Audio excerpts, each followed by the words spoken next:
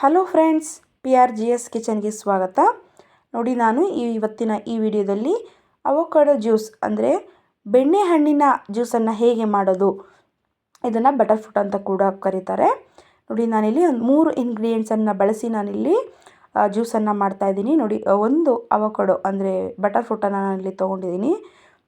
ನೋಡಿ, ಈ ರೀತಿ ಸೀಡನ್ನು ತೆಗೆದು ನಾವು ಒಳಗಡೆ ಇರುವಂಥ ಹಣ್ಣನ್ನು ನಾವಿಲ್ಲಿ ಒಂದು ಸ್ಪೂನ್ ಸಹಾಯದಲ್ಲಿ ತೆಗೆದು ಇಟ್ಕೊಬೇಕಾಗುತ್ತೆ. ನೋಡಿ, ನಾನಿಲ್ಲಿ ಈ ರೀತಿ ತೀರಾ ಹಣ್ಣಾಗಿರುವಂಥದ್ದನ್ನು ನಾನಿಲ್ಲಿ ತೊಗೊಂಡು ಈ ರೀತಿ ಚೆನ್ನಾಗಿ ಸ್ಪೂನಲ್ಲಿ ತೆಗೆದು ಎತ್ತಿಟ್ಕೊಳ್ತಾ ಇದ್ದೀನಿ.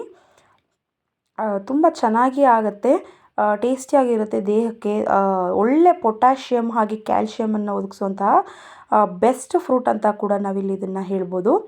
ನೋಡಿ, ಈ ರೀತಿ ಚೆನ್ನಾಗಿ ತೆಗೆದಿಟ್ಕೊಂಡ್ಮೇಲೆ ಇದನ್ನು ಪೀಸಸ್ ಆಗಿ ನಾನಿಲ್ಲಿ ಕಟ್ ಮಾಡ್ಕೊಳ್ತಾ ಇದ್ದೀನಿ. ನೋಡಿ, ತೀರಾ ತುಂಬ ಹಣ್ಣಾಗಿದೆ. ಈ ರೀತಿ ಹಣ್ಣಾಗಿರೋದನ್ನು ನೋಡಿ ತೊಗೊಂಡು ಮಾಡಿ ಜ್ಯೂಸು ತುಂಬ ಚೆನ್ನಾಗಿ ಆಗುತ್ತೆ. ನೋಡಿ, ನಂತರ ಇದನ್ನು ನಾನಿಲ್ಲಿ ಒಂದು ಜಾರಿಗೆ ನಾನಿಲ್ಲಿ ಹಾಕ್ಕೊಳ್ತಾ ಇದ್ದೀನಿ. ಇದಕ್ಕೆ ನಾನಿಲ್ಲಿ 1 ಕಪ್ಪು ಆಗಷ್ಟು ನಾನಿಲ್ಲಿ ಹಾಲನ್ನು ನಾನಿಲ್ಲಿ ಸೇರಿಸ್ಕೊಳ್ತಾ ಇದ್ದೀನಿ. ಹಾಲನ್ನು ಬೇಕಂತ ಹೇಳಿದ್ರೆ ಇನ್ನೂ ನೀವು 1 ಕಪ್ಪನ್ನು ಎಕ್ಸ್ಟ್ರಾ ಹಾಕೊಬೋದು.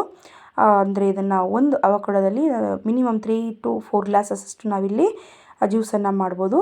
ನಮಗೆ ಸಿಹಿ ಎಷ್ಟು ಬೇಕೋ ಅಷ್ಟಕ್ಕೆ ನಾವಿಲ್ಲಿ ಸಕ್ಕರೆಯನ್ನು ಸೇರಿಸ್ಕೊಬೇಕಾಗುತ್ತೆ. ನಾನಿಲ್ಲಿ 1 ಕಪ್ ಸಕ್ಕರೆಯನ್ನು ಸೇರಿಸ್ಕೊಂಡಿದ್ದೀನಿ. ನೋಡಿ, ಚೆನ್ನಾಗಿ ರುಬ್ಬಿದ್ಮೇಲೆ ನೋಡಿ ಎಷ್ಟು ಚೆನ್ನಾಗಿ ಆಗಿದೆ ಅಂತ ಹೇಳಿ. ಇದಕ್ಕೆ ಹೇಳಿದಾಗೆ ನಾವು ನೀರನ್ನು ಕೂಡ ಸೇರಿಸಿ ನಾವು ಚೆನ್ನಾಗಿ ರುಬ್ಬೋದು. ತುಂಬ ಚೆನ್ನಾಗಿರುತ್ತೆ. ನೀವು ಕೂಡ ಮನೆಯಲ್ಲಿ ಟ್ರೈ ಮಾಡಿ. ತುಂಬ ಸಿಂಪಲ್ಲಾಗಿ 3 ಇಂಗ್ರೀಡಿಯೆಂಟ್ಸನ್ನು ಬಳಸಿ ಇಲ್ಲಿ ನಾವು ಬಟರ್ ಫ್ರೂಟ್ ಜ್ಯೂಸನ್ನು ಮಾಡ್ಬೋದು. ನಿಮಗೆ ಈ ವಿಡಿಯೋ ಇಷ್ಟ ಆಗಿದರೆ ಲೈಕ್ ಮಾಡಿ, ಶೇರ್ ಮಾಡಿ, ಕಮೆಂಟ್ ಮಾಡಿ ಹಾಗೂ ತಪ್ಪದೇ ಸಬ್ಸ್ಕ್ರೈಬ್ ಮಾಡಿ. ಇನ್ನು ಯಾರ್ಯಾರು ಚಾನಲ್ನ ಸಬ್ಸ್ಕ್ರೈಬ್ ಆಗಿಲ್ಲ ಆದಷ್ಟು ಬೇಗ ಸಬ್ಸ್ಕ್ರೈಬ್ ಆಗಿ. Thank you.